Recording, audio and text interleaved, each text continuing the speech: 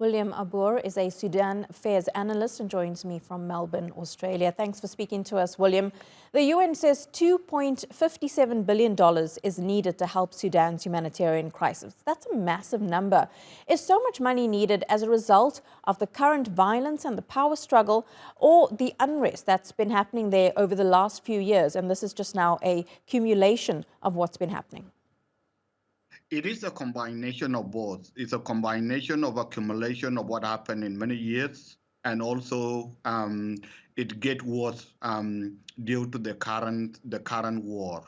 The situation is really very bad. If you look at the situation of women, the children, and the elderly people who are really on the street, it is really so bad. So that amount that has been pledged by the UN, it is not enough. It will get worse in a number of months coming.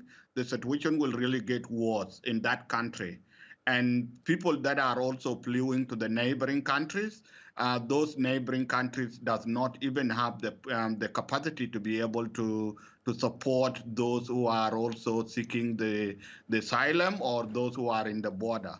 So the UN, the donations is really something that is needed urgently to be able to assist those people in Sudan. William, which areas in Sudan need humanitarian assistance the most, and what type of assistance do they need?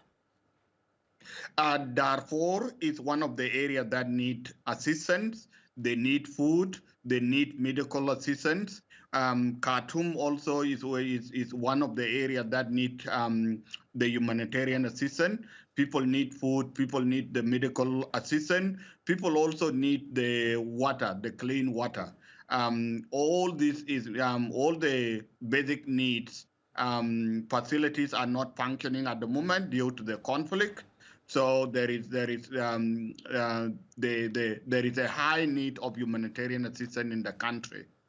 The UN Secretary General said, and I'm quoting him here, without strong international support, Sudan could quickly become a focus of lawlessness, radiating insecurity across the region. When he talks about that insecurity, what does it look like, and how much of it are we already seeing in the region? Sudan is not far away from a collapse regime. It's a collapse country. It is not going to be far away from what happened in Somalia, for example. So it is going to be worse than that. Based on what we have seen recently, the situation is really very bad. Look at the situation of children, of the young children. The regime, there is no regime there.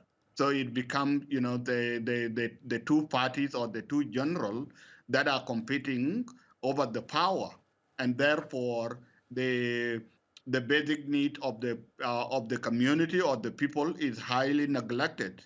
So no anybody that is going to pay attention to support them apart from the donation from the UN. So the government, the little resources that the government is having, they are being directed toward the conflict. So to support the military or to buy the resources that need to be used for the fighting.